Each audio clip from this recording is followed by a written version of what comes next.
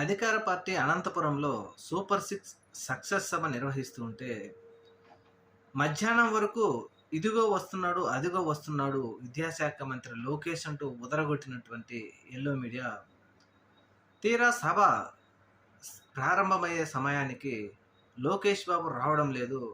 ఎందుకని అంటే నేపాల్లో ఇరుక్కున్నటువంటి తెలుగు విద్యార్థులను తీసుకురావడం కోసం ప్రయత్నాల కోసం ఆయన ఆగిపోయారంటూ ఎల్లో మీడియా ఊదరగొడతా ఉంది.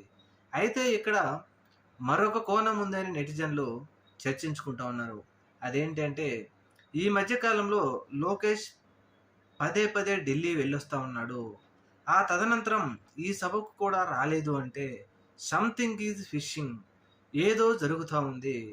ఖచ్చితంగా అధికారం మార్పిడి కోసము, లేదంటే చంద్రబాబు నాయుడు గారు తన కుమారుడికి పట్టం కట్టాలంటే బీజేపీనో లేకపోతే జనసేన అడ్డుకుంటుంది.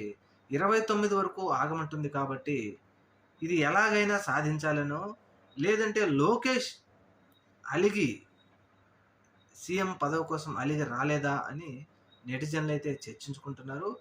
నిజాలు మనకైతే తెలీదు.